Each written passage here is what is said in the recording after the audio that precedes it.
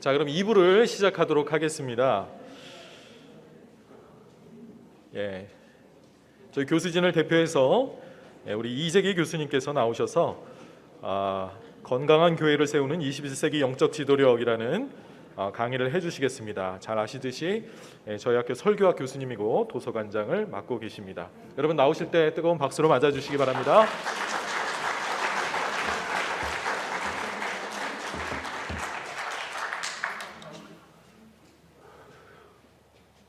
네, 반갑습니다.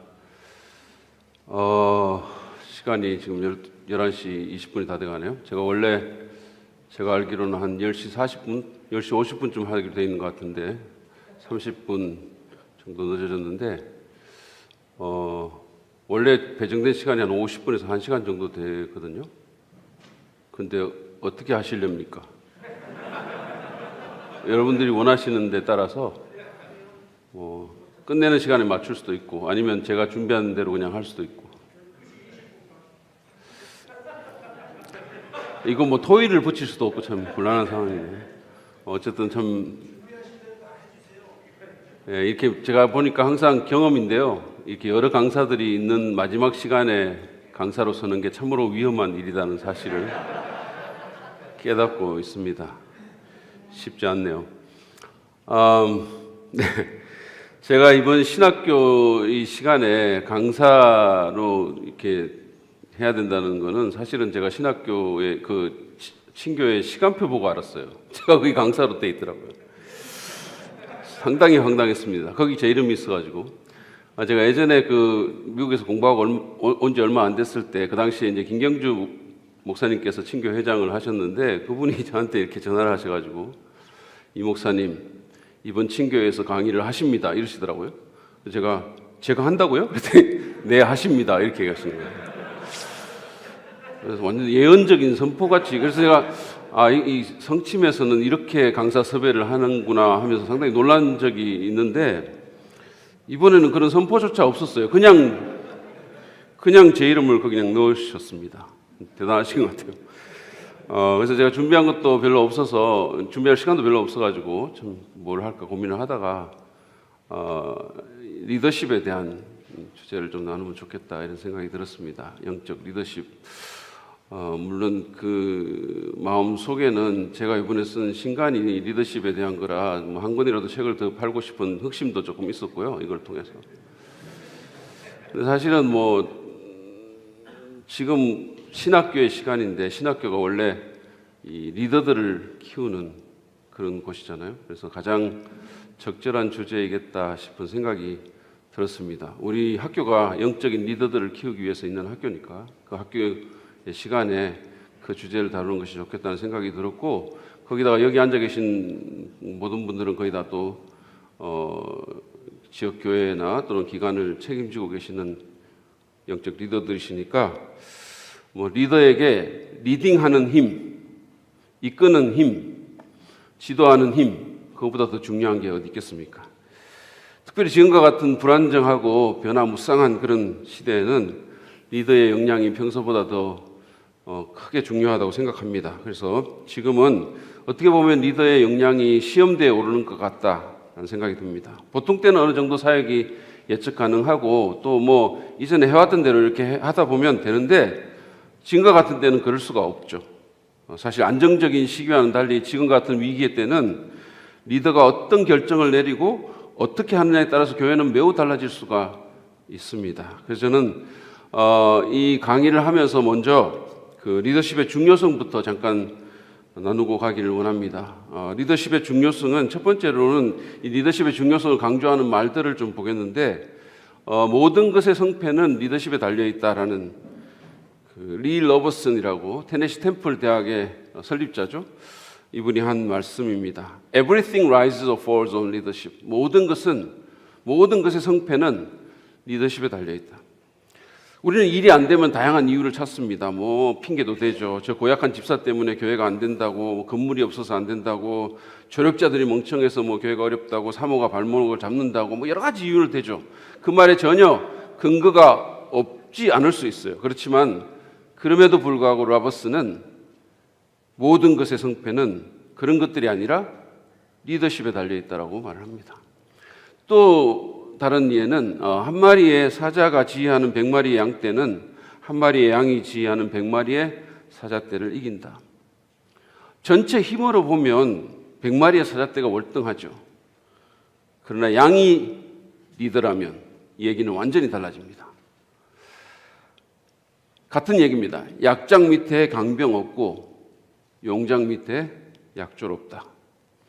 그러면 리더십의 중요성을 보여주는 사례는 뭘까요? 우리에게 너무 잘 알려진 이분, 2002년 월드컵 때 보여준 히딩크의 리더십, 여러분 기억나세요? 히딩크 당신의 능력을 보여주세요. 그 당시에 사실은 우리나라가 물론 홈그라운드에 이점이 있긴 했지만 그 누구도 대한민국 축구가 월드컵 4강에 오를 거라고는 누구도 생각 못했어요. 근데 그 일을 가능케 한 분이 바로 이분입니다. 그 리더십을 빼고는 설명이 안 됩니다. 최근에 우리가 또 다른 예를 들면 올림픽 때 이 여자 배구 선수인 김연경 선수의 리더십도 사람들의 입에 자주 올랐습니다.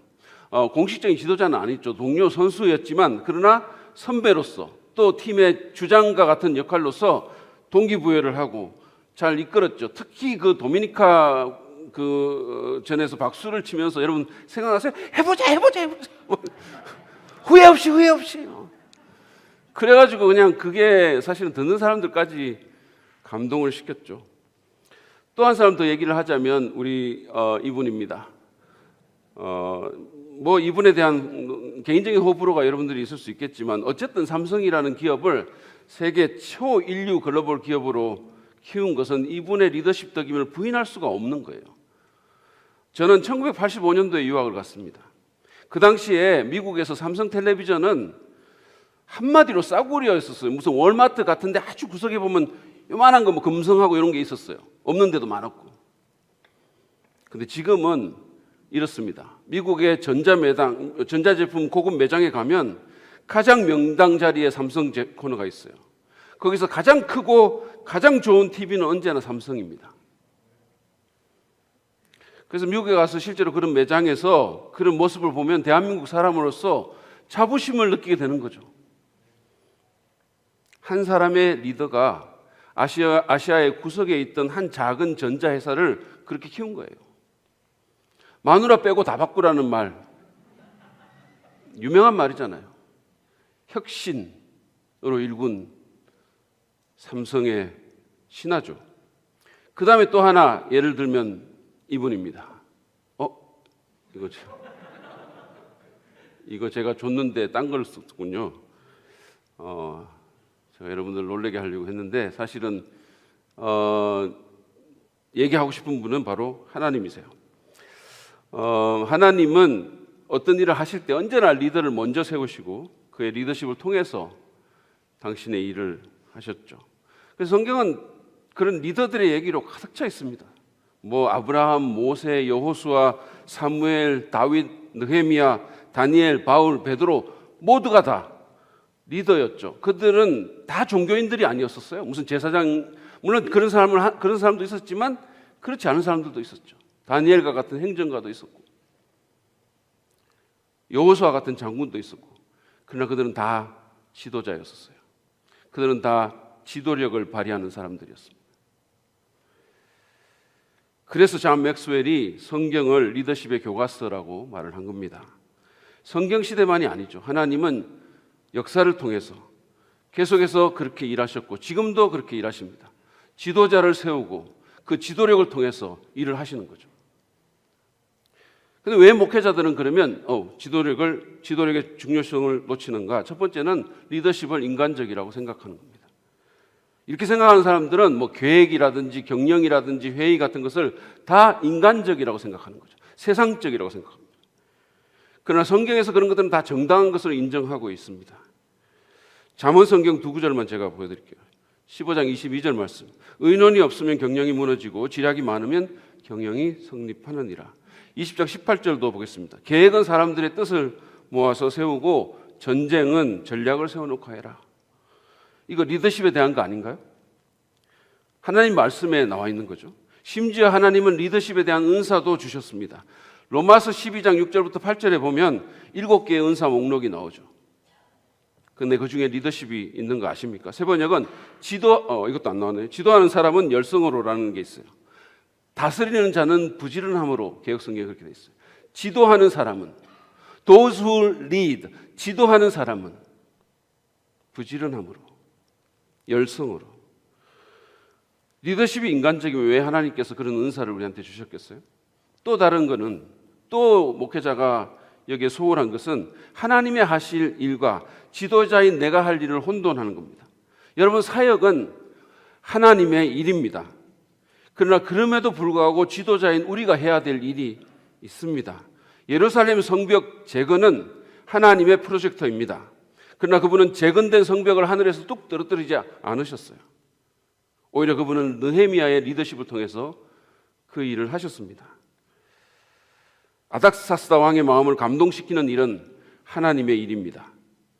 그러나 말할 내용을 준비하고 적절한 기회를 포착해서 효과적으로 그에게 말하는 것은 느헤미야의 일입니다.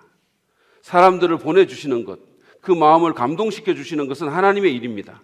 그러나 그 사람들을 어떻게 이끌 것인가는 지도자인 우리가 해야 될 일인 거예요. 복음의 what은, 지금 우리 이번 친구에서 계속해서 강조하고 있는 이 복음의 what, 그것은 하나님이 하시는 일이죠. 그러나 복음의 how는 지도자가 해야 될 일이에요. 그 복음을 복음되게 만드는 것. 또 다른 이유는 소위 영적인 활동으로 리더십을 대체하려 한다는 겁니다. 기도하고 말씀 묵상하고 복음만 전하면 된다고 생각하는 거죠. 물론 기도하고 말씀 묵상하고 복음을 전해야 됩니다. 이것들은 목회자들에게 굉장히 중요한 일이죠. 그러나 그것으로 모든 게 다 커버되지는 않습니다. 느헤미야는 기도했지만 동시에 사람들에게 비전을 제시했고 동기를 부여했고 그들을 효과적인 그룹으로 나누어서 이끌었어요. 바울도 마찬가지입니다. 그는 전도했지만, 십자가의 능력으로 전도했지만 전략적으로 전도했어요. 말씀을 전했지만 동시에 교회의 리더십을 제공했습니다. 교회 예배의 질서를 잡았고 장로들을 세우는 등 교회의 조직적인 틀을 세웠죠. 네 번째 이유는 설교를 거의 모든 것으로 생각한다고 한다는 거죠. 여러분, 설교는 중요합니다. 바울은 자신의 영적인 아들이고 당시에 에베소에서 목회자로 사역하던 디모데에게 디모데후서 2장 15절에서 그대는 진리의 말씀을 올바르게 가르치는 부끄러울 것 없는 일꾼으로, 이것도 없네요.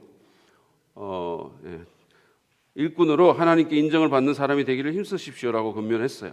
잘 아시는 말씀이에요. 제가 세 번역으로 읽어서 좀 낯설게 들릴지 모르겠지만 진리의 말씀을 옳게 분별하여, 이렇게 돼 있죠.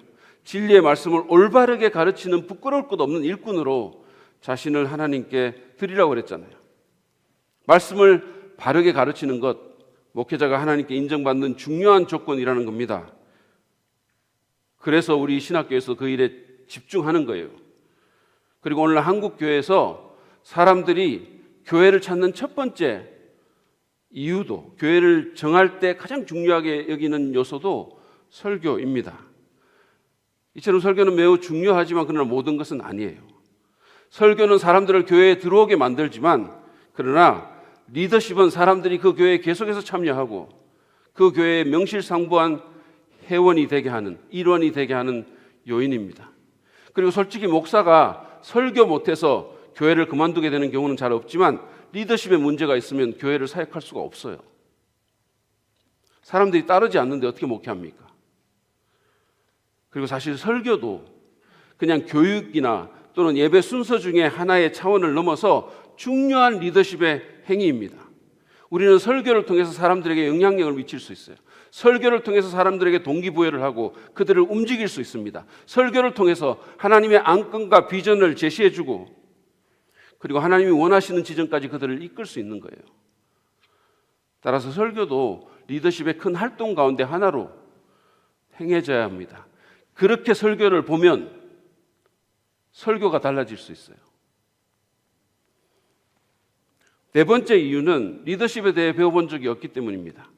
제가 이게 준비하면서 합신, 장신, 총신, 고신, 외신, 침신, 햇불, 트리니티 등 한국의 유수한 신학대학원들을 다 봤는데요. 커리큘럼을 봤는데, 목회학 석사과정. 리더십에 대한 과목을 제공하는 그런 학교는 한 군데도 없어요. 적어도 필수 과목으로. 교회 행정과 정치 이런 거는 있었어요. 그렇지만 그것은 리더십과는 좀 다른 영역이죠. 조금 다르죠. 그것은 매니지먼트의 영역이잖아요. 여러분, 리더십은 옳은 일을 하는 것과 연관된 것이고 매니지먼트는 일을 옳게 하는 것과 연관된 거예요.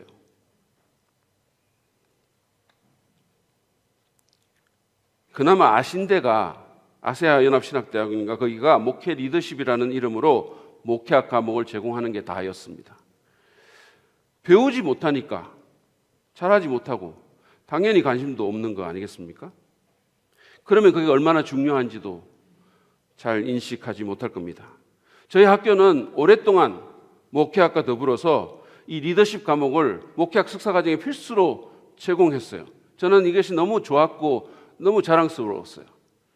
근데 지금은 축구 좋아하는 운동권 교무처장이 이 과목을 없애고 직접 필드에 학생들을 데리고 나가서 몸으로 이거를 가르치고 있습니다. 이렇게 리드하는 거야. 아무튼 신학교에서 배웠건 아니건 공적인 교육을 받았건 아니건 우리는 이 스스로가 이 중요한 사역의 영역에 대해서 책을 읽고 공부해야 됩니다. 끊임없이 자신을 성찰하고 내가 정말 올바른 리더인지를 봐야 되는 거죠. 리더십의 정의를 몇 가지를 좀 보도록 하겠습니다. 제가 빨리빨리 넘어갈게요. 이것도 정말 제가 오늘 아침인가 어딘가 뭐 줬는데 이걸로 좀 해달라고 했는데 제가 리더십이 부족해가지고 소통이 안 된 것 같아요. 제가 그냥 쭉 읽고 넘어갈게요. 리더십은 많은 사람의 힘을 결집하는 힘이며 꿈을 실현시키는 힘이다. 리더십은 추종자를 모을 수 있는 능력이다. 존 맥스웰이 두 개를 소개했습니다. 리더십이란 개인이 자신의 또는 팀이 자신의 목표나 아랫사람과 공유된 목표를 추구하기 위해 설득이나 모범을 통해 한 단체를 유도하는 과정이다. 존 가드너가 한 겁니다. 리더십의 핵심 과제는 하나님의 목표를 향해 하나님의 사람들에게 영향을 미치는 것이다. 로버트 클린턴이 한 얘기입니다. 영국의 필드 마샬이었던 장군이었던 버나드 몽고메리가 이런 말을 했습니다. 사람들을 공동의 목표로 모으는 능력, 리더란 길을 알고 앞서가며 다른 사람들이 그를 따라올 수 있게 만드는 사람이다. 미국의 대통령이었던 트루먼 대통령은 리더십이란 사람들이 원치 않는 것을 하게 할 뿐 아니라 그것을 좋아하게 만드는 능력이다.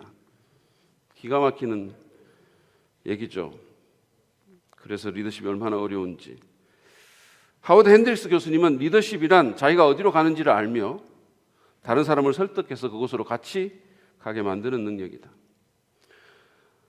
우리에게 잘 알려진 블래커비는 영적 리더십은 사람들을 움직여 하나님의 일을 하게 하는 것이다. 사람들을 움직여서 하나님의 일을 하게 하는 것이다. NCD에서는 이렇게 정의합니다. 지도자가 조직의 목표를 효과적으로 달성하기 위하여 어떤 상황 속에서 구성원들로 하여금 자발적으로 목표를 향하여 행동하도록 하는 영향력. 억지로 하는 게 아니라 그들이 자발적으로 하도록 영향력을 행사한다는 거죠. 제가 제일 좋아하는 정의입니다. 제이 오스월 샌더스의 정의입니다. 간단해요. 리더십이란 영향력이다. 즉 한 사람이 다른 사람들에게 영향을 미치는 능력이다. 이외에도 굉장히 많은데 제가 이렇게 그 리더십의 정의들을 쭉 보면 많은 경우에 이것이 어떤 힘과 연관되어 있고 영향을 끼치는 힘, 사람들을 움직이는 힘, 특히 크리스천 리더십의 경우에는 영적 리더십의 경우에는 하나님의 안건과 하나님의 의제로 사람들을 끌고 가는 힘. 리더십은 영향력입니다. 영적 리더십은 영적 영향력입니다. 여러분은 누군가에게 영향력을 미치고 있으십니까? 누군가가 여러분의 영향을 받고 여러분을 따르십니까? 그게 리더십이에요. 어떤 지위가 있는 게 리더십이 아니고 지위가 있으면 사람들이 따르긴 따르는데 억지로 따르죠. 속으로 욕하면서 따르고 동기가 부여되지 않는 거죠. 이런 속담이 있어요. 스스로 지도자라 하더라도 생각하더라도 따라오는 사람이 없다면 그저 산책을 하고 있는 것이다 그랬어요. 자기 혼자서. 여러분은 리더십을 행사하고 계십니까? 아니면 그냥 산책을 하고 계십니까? 저는 리더십을 행사하고 있을까요? 아니면 그냥 산책을 하고 있을까요? 우리는 이 질문을 해볼 필요가 있는 거죠. 자, 세 번째로 리더십의 문제와 신화를 잠깐 보겠습니다. 리더십의 문제는 첫 번째는 권위를 인정하지 않는 풍토입니다. 오늘날 사람들이 권위를 잘 인정하지 않으려고 하죠. 이게 포스트 모더니즘의 특징 가운데 하나죠. 그래서 권위 없는 자처럼이라는 그 책을 쓴 프레드 크래독 같은 신설교학파 사람들은 설교도 권위 없는 자처럼 하자고, 선포자가 아니라 가이드처럼 되자고, 연역적이 아니라 기납적으로 하자고, 그냥 사람들에게 윽박지르는 게 아니라 설득하자고, 그렇게 말을 하는 겁니다. 이것은 목회 현장에도 마찬가지입니다. 예전에는 목사님이라고 하면 그래도 신뢰해주는 그런 분위기가 있었죠. 존중해주는, 목회자를 존중해주는 분위기가 있었어요. 미국의 경우에 예전에는 성직자나 목사를 파슨이라고 했거든요. P-A-R-S-O-N. 이거는 사람을 의미하는 person의 구어체 발음에서 유래했다고 합니다. 이것은 목사가 그 마을에서 꼽을 수 있는 한 사람, the person, 가장 중요한 사람이었기 때문에 그렇게 불렀다고 합니다. 따라서 parson이라는 그 호칭에는, 이 성직자, 목사라는 이 parson이라는 호칭에는 존경과 신뢰가 거기 담겨 있었어요. 지금은 더 이상 그렇지 않습니다. 우리나라도 예전에는 좀 달랐습니다. 제가 청년 때는 여대생들이 가장 결혼하고 싶은 직업 중에 목사가 상위권에 있었어요. 꿈 같은 얘기죠, 사실은. 그러나 지금은 그렇지 않습니다. 목회자에 대한 세상의 시선은 매우 싸늘합니다. 어디서 사람들이 뭐 공적인 영역에서 지하철 같은 데서 목사님 그러면 되게 민망해져요. 그렇게 안 불러줬으면 좋겠어요. 그냥 나 교수기도 하니까 교수님 이렇게 불러줬으면 좋겠어요. 이것은 교회 안의 경우도 그리 다르지 않습니다. 여러분, 존경과 신뢰는 그저 생기지 않죠. 저절로 오지 않습니다. 예전에는 그래도 목회자가 가면, 담임 목사가 되면 이 존경하고 신뢰하는 그런 부분들이 좀 어느 정도는 있었는데 요즘 사람들은 좀 안 그런 것 같아요. 젊은 세대일수록 더 그래요. 얻어내야 됩니다. 제가 김택수 목사님의 후임으로 지금 제가 섬기는 교회 가고 나서 얼마 안 됐을 때 일입니다. 우리 모치님들이 교제하는 곳을 이렇게 지나가다가 우연히 들었는데 한 모치님이 전에 목사님은 커피도 다 줬는데 이러더라고요. 그분이 아마 제가 오는 걸 보고 의도적으로 그렇게 말을 했는지 모르겠어요. 그게 무슨 뜻일까요? 새로운 목사 저거 이상해 이런 거 아닙니까? 저는 그분들의 신뢰를 얻어내어야 했었어요. 그 옛날 따뜻한 목사님의 향수에 잠겨있는 그분들. 근데 이게 후임자뿐만 아니라 모든 목회자의 문제입니다. 두 번째는 변화의 시대라는 겁니다. 너무 많은 변화가 너무 빠른 시기 내에 일어나고 있습니다. 엘빈 토플러는 지난 2000년 동안의 변화보다 100년 사이의 변화가 더 많았다고 지적하죠. 여러분 생각해 보십시오.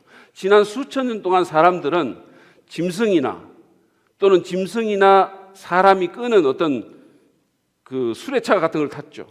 아니면 걸어 다니거나. 그러다가 불과 100년 전에 사람이 엔진에 의해서 움직이는 그런 기계를 타고 움직이게 된 것입니다. 자동차, 기차, 비행기. 제가 유학을 하던 1980년대나 90년대만 하더라도 90년대 초만 하더라도 한국어로 전화하는 게 정말 쉽지 않았어요. 80년대 초중반에는 우체국에 가서 국제 전화하는 거예요. 그러니까 막 유학 보내놓고 막 부모님 가슴이 타가지고 애가 어떻게 된지 알지 못하고 한 달 지나가지고 막 우체국 가서 막 어머니 뭐 이런 상황인 거죠. 근데 지금은 세상 어디에 있든지 바로 옆에 있는 것처럼 얼굴 보면서 소통 다 할 수 있잖아요. 바로 가고 미국에 내렸어 뭐 보여주고. 문제는 이런 변화의 속도를 교회와 리더들이 잘 따라잡지 못한다는 거죠. 엘빈 토플러는 부의 미래라는 자신의 저서에서 각 각 기관들 사이의 속도의 충돌에 대해서 말을 합니다. 이를테면 기업은 시속 100마일로 움직이는데, 그래서 혁신을 거듭하는데, 정부 조직이나 관료 조직 같은 경우는 시속 20-30마일로 움직일 따름이라고 그는 지적했어요. 토플러는 이런 속도의 차이가 상호 충돌을 야기하고 변화의 흐름을 저해하고 세상의 위기를 만든다라고 진단을 했습니다. 저는 이 글을 읽으면서 교회의 속도는 얼마나 될까? 교회는 시속 몇 마일로 움직이는 걸까? 그런 생각을 했어요. 물론 교회의 경우에 모든 변화가 다 좋은 것은 아니에요. 지킬 것은 지키고 움직이지 말아야 될 것은 움직이지 말아야 되는 게 목회자의 임무이기도 합니다. 그러나 변해야 되는 것은 변해야 되는 거예요. 우리가 변해야 될 것을 변하게 하지 못할 때 안 변해야 되는 게 변하게 되는 겁니다. 진짜예요. 변해야 되는 것을 마땅히 변하게 하지 못할 때 변하지 말아야 될 것이 변해버리는 거예요. 또 다른 어려움은 예측 불가능성입니다. 이것은 앞의 문제, 변화의 문제하고도 연관이 되어 있어요. 인간으로서 우리가 미래를 정확하게 예측할 수는 언제나 없었죠. 그렇지만 지금은 그 정도가 더 심합니다. 변화의 양이 적고 속도가 빠르지 않을 때는 그래도 어느 정도 예측이 가능했죠. 안정적으로. 지금까지 해왔던 방식으로 이렇게 어느 정도 하면 되죠. 그러나 지금은 더 이상 그런 과거의 방식이 잘 먹히지 않고 너무 빨리 변하는 거죠. 저는 신학교 석사 과정 때 미국에서 그 방면의 전문가이신 분에게 OHP 필름 만드는 그걸로 프레젠테이션 하는 수업을 들었어요. 그리고 나중에 한국에 들어가면 이걸로 이 직접 전문가에서 배운 이 최신 기술로 교회를 뒤집어 놓겠노라 기염을 토했습니다. 그러나 박사 과정 후에 제가 한국에 들어왔을 때 OHP는 사양길에 접어들었고 곧 사라져 버렸어요. 제대로 한 번도 써보지도 못했어요. 사실 이 예측 불가능성을 코로나 사태보다 더 잘 보여준 경우는 없죠. 여러분 생각해 보십시오. 이런 일이 있을 거라고 누가 상상이나 했겠습니까? 전부 마스크 쓰고 자리 띄우고 못 나오고. 제가 어제 아이비 선교사님 사모님 오랜만에 만나가지고 그래서 제가 반갑기도 하고 그래서 우리 교회 건축해서 2019년 가을에 입주했다라고 이렇게 그간의 소식을 이렇게 전했더니 제가 우리 교회 2019년도 가을에 입주했다고 이렇게 했더니 그분이 하는 말이 축하한다는 말도 안 하고 그렇구나. 그리고는 바로 팬데믹이 왔지 이러더라고요. 바로 그랬죠. 그래서 모든 게 멈추고 목회 계획을 수정할 수밖에 없었죠. 여러분 코로나 시대에 유행한 뉴 노멀이라는 말 아시죠? 새로운 규범이라는 겁니다. 예전의 규범이 안 통한다는 거예요. 이제 윗 코로나로 전환된 지금도 사실은 별로 다르지 않을 겁니다. 앞으로 사회가 어떻게 되고 그 사회 가운데 교회는 어떤 방식으로 사역해야 될지 정말 예측하기 어렵습니다. 전문가들은 코로나가 지구상에서 다 사라져도 세상은 결코 코로나 이전으로 돌아가지 않을 거라고 하곤 합니다. 이런 예측 불가능성이 리더십을 더욱 어렵게 만듭니다. 그리고 마지막으로 목회 현장의 실질적인 어려움이에요. 여러분 인구는 감소하고 있고 교회는 마이너스 성장을 하고 있습니다. 우리나라 20, 30대의 탈종교화 현상은 심각합니다. 굉장히 갈목할 만한 속도로 진행되고 있어요. 사람들은 물질적인 풍요로움에 젖어서 영적인 필요를 잘 못 느낍니다. 실제로 국민소득이 어느 나라든 10,000불이 넘어가면 10,000불이 넘어가면 전도가 잘 되지 않는다는 사회학적인 통계가 있어요. 거기다가 교회는 신뢰라는 자산을 쌓는 데 실패했습니다. 코로나 사태를 겪어오면서 교회는 이기적이고 비합리적인 종교라는 오명을 뒤집어 썼고 종교 가운데 비호감도가 가장 높은 그런 종교가 됐습니다. 여기에는 우리가 자초한 부분도 있고 정부와 언론과 안티 세력들이 역할을 한 부분도 있지만 어쨌든 2020년대 목회 현장은 그 어느 때보다 어려운 것이 사실입니다. 이런 것들이 리더십을 어렵게 만드는 거예요. 리더십의 신화들을 한번 살펴보겠습니다. 첫 번째로 훌륭한 리더는 모든 것을 다 갖추고 있다 라는 신화죠. 과연 그럴까요? 리스 앤더슨이라는 사람이 목적이 이끄는 리더십이라는 책을 쓰는데 거기서 그는 리더 교육을 받으러 온 그 사람들에게 리더의 자질에 대해서 열거하라고 했던 그 얘기를 나눕니다. 그러니까 리더의 자질을 좀 말해보세요. 그러니까 사람들이 사랑, 조리 있게 말하는 능력, 지성, 풍부한 경험, 용기, 훈련, 비전, 사려 깊음, 친절, 도덕성, 건면함, 뭐 이런 설득력 이런 것들을 이제 얘기를 했죠. 그런 다음에 그는 모세, 다윗, 시저, 징기스칸, 루터, 나폴레옹, 잔다르크, 맨델라, 케네디, 콜럼부스 등을 언급하면서 이 사람들이 다 리더 맞습니까? 라고 물어요. 맞다고 얘기를 합니다. 그러면 아까 여러분이 말씀하신 그 자질들을 이 사람들이 다 갖췄다고 생각하십니까? 묻습니다. 그러면 대답을 잘 못하죠. 침묵이 흐르죠. 왜냐하면 어떤 리더는 많이 갖추었지만 어떤 리더는 몇 가지만 거의 하나도 못 갖춘 리더도 있습니다. 이를테면 케네디 같은 사람은 도덕적이지 못했고 오후에 수시로 낮잠을 자는 등 건면하지도 않았습니다. 마틴 루터는 위대한 종교개혁자 마틴 루터는 친절하지 않았고 잘 참지도 못했어요. 성질이 불같았어요. 때로는 욕설 같은 것도 했습니다. 저속한 말들. 콜럼부스는 신대륙의 비전이 전혀 없었고 자신이 어디로 가는지 그리고 도착한 후에도 자기가 어디에 있는지 알지 못했습니다.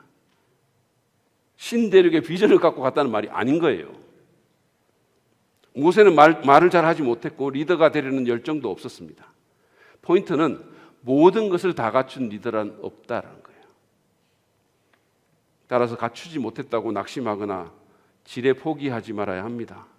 갖추지 못한 자도 하나님이 어떤 상황에서 쓰실 수 있고 오히려 그런 것들이 그 상황에서 가장 유용한 리더십이 될 수도 있다는 거예요. 또 다른 신화는 리더십은 리더만의 문제다라는 겁니다.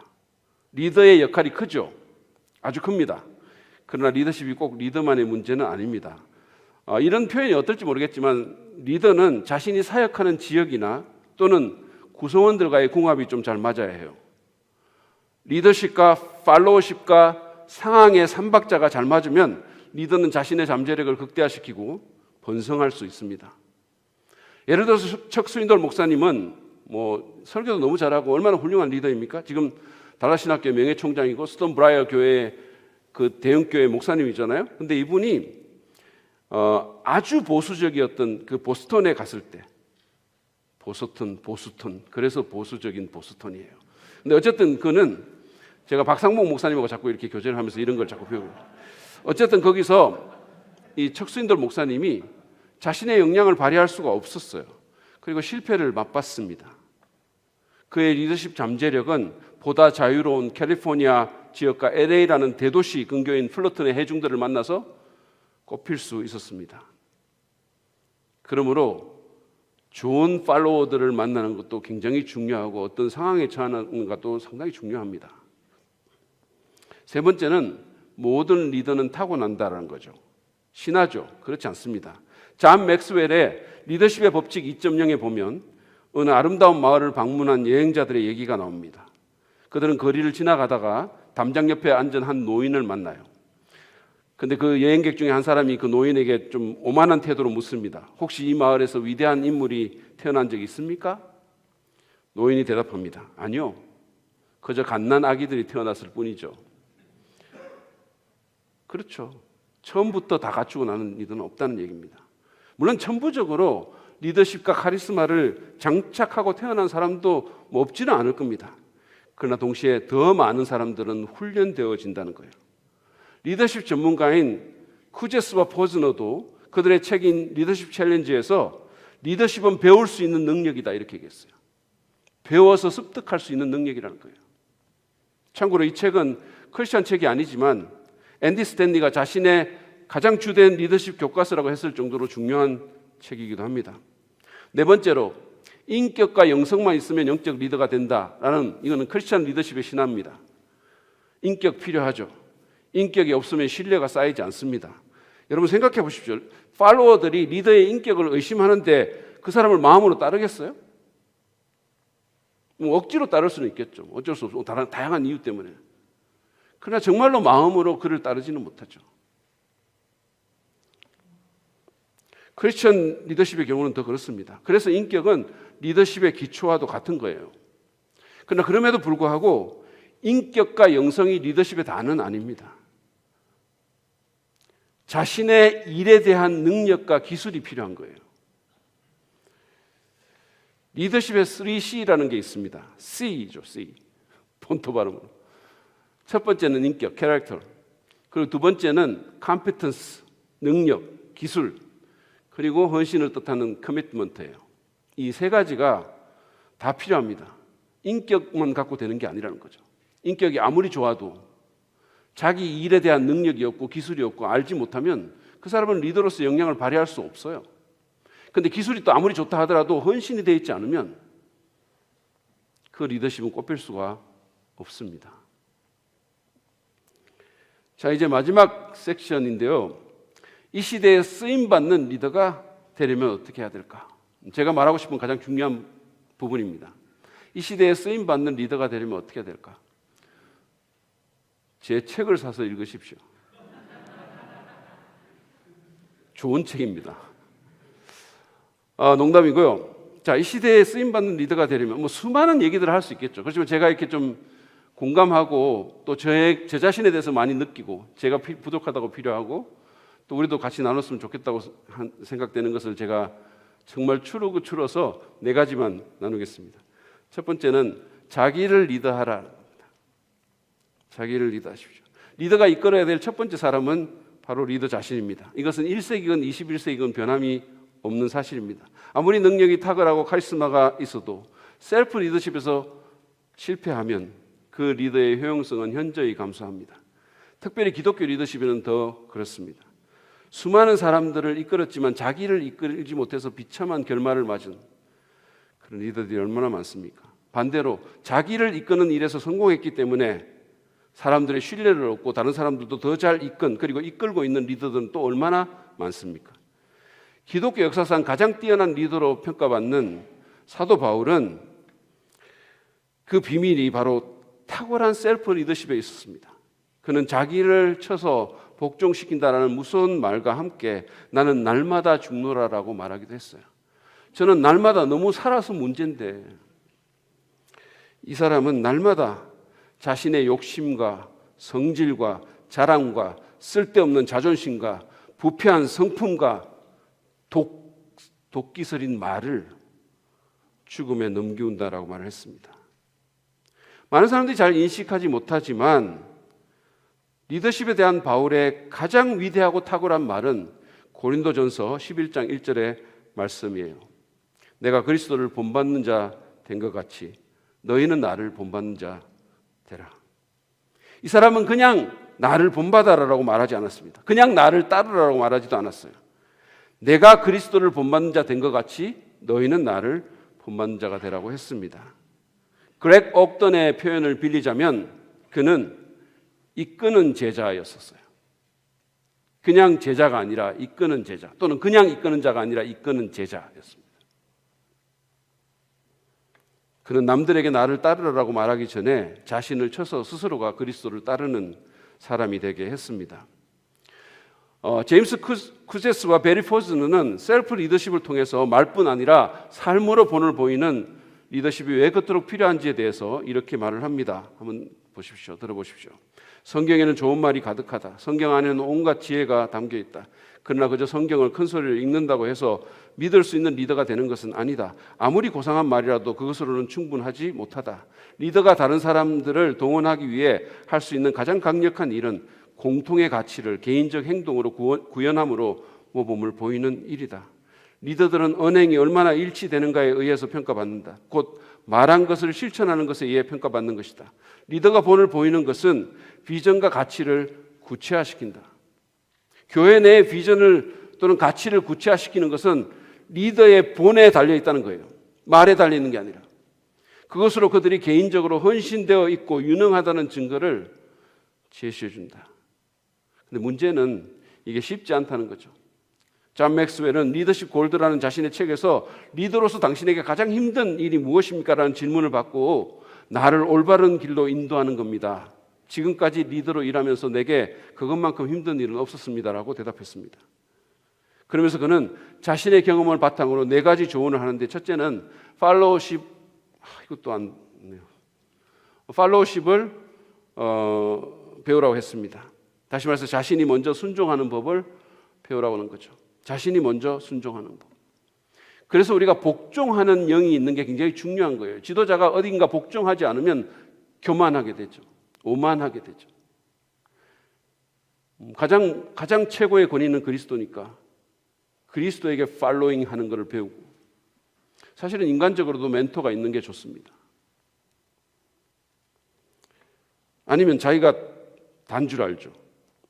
자기는 하면 모든 거 다 잘할 줄 알죠. 두 번째는 인격과 자제력을 키우는 것에 집중하라는 겁니다. 세 번째는 조바심을 내지 말고 인내하라고 합니다. 셀프 리더십을 위해서 조바심을 내지 말고, 자기 자신에 대해서도 조바심 내지 말고, 상황에 대해서도 조바심 내지 말고 인내하라는 거예요. 이게 빨리빨리 쉽게 되는 일은 아니니까. 그리고 마지막으로는 자기 자신을 믿지 말고 다른 사람들의 조언을 구하고 받아들이는 것이 필요하다고 했어요.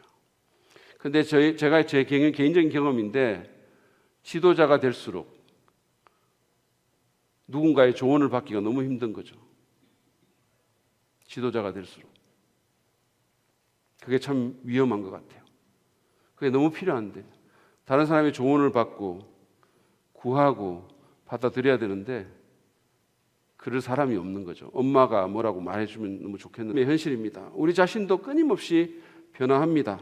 외모도 바뀌지만 안의 세포도 바뀌어요. 여러분, 우리 인간의 신체는 30조 안팎의 세포로 이루어져 있는데 하루에 평균 약 3,300억 개가 교체된다고 합니다. 놀라지를 않으시네요. 놀라운 사실이에요. 그래서 80일 정도가 되면 전체 세포가 완전히 물갈이 된다는 거예요. 세포의 측면으로 보면 완전히 딴 사람이 된다는 겁니다. 그뿐입니까? 성품도 변합니다. 얼마 전에 우리 최충환 교수님이 저한테, 자기 신임 교수 때는 제가 좀 날카로웠는데, 막 깐깐하고 날카로웠는데 지금은 말년이라서 그런지 훨씬 부드러워졌다고 말을 했어요.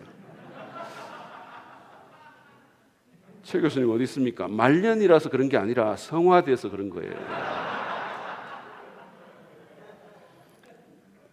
여러분, 우리 자신도 변합니다. 그리고 앞에서 언급했듯이 지금 우리가 살고 있는 세상은 놀랍게 빠른 속도로 변화하고 있어요. 그래서 리더는 변화를 잘 다루어야 되고, 변화에 무조건 저항하고 변화를 제대로 다루지 못하는 리더는 지금과 같은 시대에는 제대로 쓰임받기가 굉장히 어렵습니다. 여러분, 변화를 잘 다루는 것은 쉬운 일이 아니죠. 우리 안에는 안정에 대한 욕구가 있고 현상 유지에 대한 그걸 바라는 멘탈리티가 언제나 있기 때문입니다. 하워드 핸델스 교수님이 쓴 창의력이 자라는 리더십 혁명이라는 책을 보면 피아노가 너무 이상한 위치에 놓여 있는 한 교회에 대한 얘기가 나옵니다. 많은 목사가 그것을 옮기려고 시도를 했는데 피아노가 너무 이상한 데 있으니까 교인들의 저항으로 하지 못하고 오히려 분쟁에 휘말려 쫓겨나고 했어요. 그런 가운데 한 새 목사가 부임을 했습니다. 그는 매주마다 5cm씩 그거를 옮겼어요. 그래서 1년 만에 자기가 원하는 자리에 그것을 옮겼다고 합니다. 핸델스 교수님은 그 교회 성도들이 제일 좋아하는 찬송이 결코 요동하지 않으리라는 거예요. 어느 분야를 막론하고 리더들은 변화에 대한 저항을 경험합니다.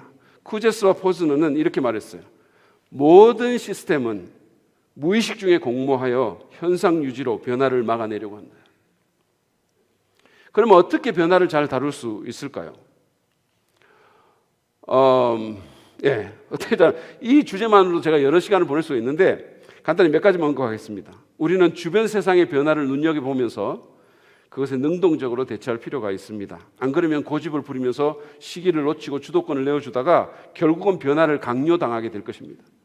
또 하나는 본질과 비본질을 구분하는 거예요. 이것과 연관해서 제게 가장 도움이 됐던 것이 바로 앤디 스탠리가 노스포인트 교회 이야기에서 한 말입니다. 교회가 부름받은 사명과 현재 행해지고 있는 모델을 혼돈하지 말라는 거예요. 다시 말합니다.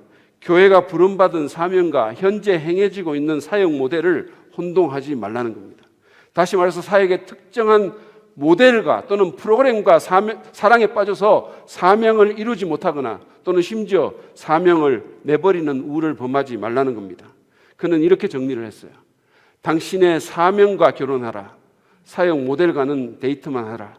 당신의 비전과 사랑에 빠져라. 접근법에는 약간만 빠져라. 바람직한 변화 창출과 연관해서 한 가지만 더 얘기를 하자면 유연성과 인내심을 가지고 분위기 조성을 잘 하라는 겁니다. 하나님께서 사람들의 마음을 움직여 주시도록 기도하고 프로그램이나 예배 장소 같은 것을 바꾸기 전에 사람들의 가치를 바꿔야 됩니다. 무엇보다도 현상 유지에 대한 중요한 불만을 인식시킬 필요가 있어요. 거룩한 불만족을 심어줄 필요가 있는 겁니다. 사람들은 인식하지 못하거든요. 잘 뭔가 바뀌어야 되는 게 있고 뭔가 불만스러운 게 있는데도 거기에 익숙해지면 인식하지 못하는데 리더의 역할은 그것을 찾아내서 그들로 하여금 거룩한 불만족을 느끼도록 만들어줘야 되는 거죠. 저희 교회 건축할 당시에 저희 형편은 사실 엄청 버거운 거였거든요. 그럼에도 불구하고 큰 어려움 없이 그것을 이룰 수 있었던 것은 성도들이 그런 것들을 인식했고 현상 유지에 대한 불만을 자기들이 가졌기 때문이에요.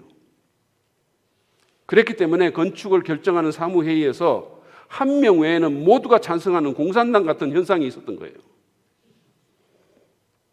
리더는 변화를 잘 다루고 올바른 변화를 창출해낼 수 있어야 됩니다. 세 번째로 말씀드리고 싶은 것은 상황에 맞는 리더십을 행사하십시오라는 겁니다. 첫 번째는 리더 자신의 상황이에요. 여러분 사람은 다 다릅니다. 스타일도 다르고 배경도 다르고 장단점도 다릅니다. 그래서 어떤 리더에게는 되는 일이 자기에게는 안 되는 거죠. 우리는 어떤 리더를 벤치마킹 할 수는 있어요. 그러나 다른 리더를 그대로 카피해서는 안 됩니다. 왜냐하면 그 사람과 내가 다르기 때문이에요. 저는 두 날개 컨퍼런스에 참석하고 책을 읽으면서 많이 배웠어요. 그러나 그 시스템대로 하면 안 되겠다는 판단이 들었습니다. 왜냐하면 일단 저는 그 김성권 목사님 같이 카리스마와 은사와 강력한 추진력이 있는 사람이 아니었기 때문이에요. 저는 그런 타입의 리더가 아닙니다. 저는 그분이 양육을 하면서 누가 지각이나 결석을 하면 학교 운동장에 가가지고 그 사람과 같이 운동장을 돌며 구보를 한다는 그 얘기를 듣고 그 얘기를 읽고 아 나는 이분처럼 할 수 없고 안 해서도 안 되겠구나라고 완전히 판단했어요. 왜냐하면 저는 비운동권이에요. 저는 걷는 것도 싫어하는 사람이고 만약에 뛰면 저는 죽어요. 그리고 그분과 같은 그런 카리스마가 제게는 없어요. 저는 사람들을 푸시하는 리더가 아니에요. 여러분 사람마다 특별한 은사와 자신만의 장점이 있습니다. 그 강점이 무엇인지를 발견하고 그 강점으로 자신의 강점으로 리더하면 되는 거예요. 그게 가장 효과적인 방법이라고 생각합니다. 두 번째는 추종자들의 상황을 파악해야 됩니다. 리더의 상황도 다르지만 추종자들의 상황도 다 다릅니다. 제가 아까 그 두 날개 시스템 얘기를 했는데 그게 안 되겠다고 생각했던 첫 번째 이유는 리더인 제 자신의 문제였고 두 번째 이유는 우리 교회 성도들 때문이었었어요. 당시에 우리 성도들의 전체적인 헌신도를 고려해 봤을 때 이 프로그램을 돌리면 반드시 부작용이 나겠다는 판단이 들었어요. 그래서 안 했습니다. 사실 제가 무슨 이 두 날개하고 원수신 게 아니고 그거를 해서 되는 교회들이 있어요. 잘하신 어제 우리 울산교회는 잘했다 그랬잖아요. 근데 저는 우리 교회로서는 안 되겠다는 판단이 들었어요. 그 당시에는 적어도. 저는 다양한 세미나나 어떤 사역 컨퍼런스 같은 데 가서 배우고 시스템이나 운동 같은 것에 대해서 공부하기도 하는데 한 번도 그 시스템을 그대로 도입해 본 적은 없었어요. 대신에 배운 것을 제 나름대로 정리를 해서 우리 공동체나 성도들의 상황에 맞게 적용하는 길을 택했습니다. 우리는 추종자들의 상황을 고려하고 그들에 맞게 인도해야 합니다. 비전을 제시하고 그들이 도전을 받아들이도록 이끄는 것은 반드시 필요합니다. 그러나 리더가 너무 앞서서 나가면 추종자들은 좌절하죠. 걷지도 못하는 사람들에게 뛰자고 말을 하면 그 사람들 나가 떨어집니다. 예수님도 제자들에게 할 말이 많지만 지금은 너희가 감당할 수 없기 때문에 안 하겠다고 말씀하시지 않았습니까? 그리고 또 유념해야 할 것은 같은 교회의 성도라고 하더라도 다 같은 헌신도를 지니고 있지 않다는 사실이에요. 어떤 사람은 교회의 모든 모임에 빠지지 않고 나오고 무슨 새벽기도, 헌금 뭐 다 할 수 있지만 어떤 사람은 주일 예배 한 번 나오는 것도 쉽지 않아요. 그러므로 그 사람의 영적 상황과 헌신도를 고려해서 지혜롭게 요구하고 지혜롭게 이끌어야 됩니다. 저는 좀처럼 일률적으로 뭔가를 성도들에게 요구하지 않습니다. 왜냐하면 신앙의 수준과 헌신의 정도가 다 다르기 때문이에요. 저는 심지어 사람들에게 예를 들어서 손들고 찬양하자, 다 같이 손들고 찬양합시다, 이것도 잘 안 해요. 왜냐하면 손드는 거 싫어하는 분이 반드시 있기 때문이에요. 그게 힘든 분이 있기 때문입니다. 우리는 각 사람의 상황에 맞게 한 단계씩 올려주려고 애를 씁니다. 정기적으로 주일 예배를 못 오는 사람은 예배 참석이라도 정기적으로 할 수 있도록 돕고, 정기적인 예배 참석자는 영적 성장을 위해서 소그룹 교제와 큐티와 흥금과 같은 영적 습관을 기르도록 돕는, 그리고 또 그렇게 하는 사람은 봉사하도록 이끄는 한 단계적 리더십이 우리에게 필요하다는 겁니다. 이제 진짜 마지막이에요. 승리를 정의하고 경축하십시오. 저는 이것을 우리 앤디 스탠리 목사님에게 많은 통찰을 얻었는데, 사실은 이 부분도 많은 리더들이, 특별히 많은 크리스천 리더들이 간과하고 있는 부분이라고 생각합니다.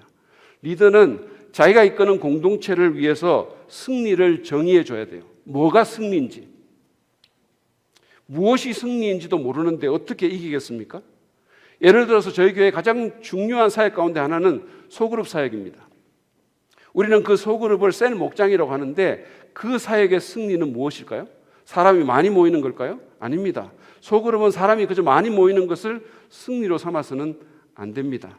그래서 저는 우리 교회 소그룹의 성공을 목장 사역의 승리라는 이름으로 이렇게 정의를 하고, 새 목자를 교육하는 목자 학교에서 반드시 나눕니다. 이렇습니다.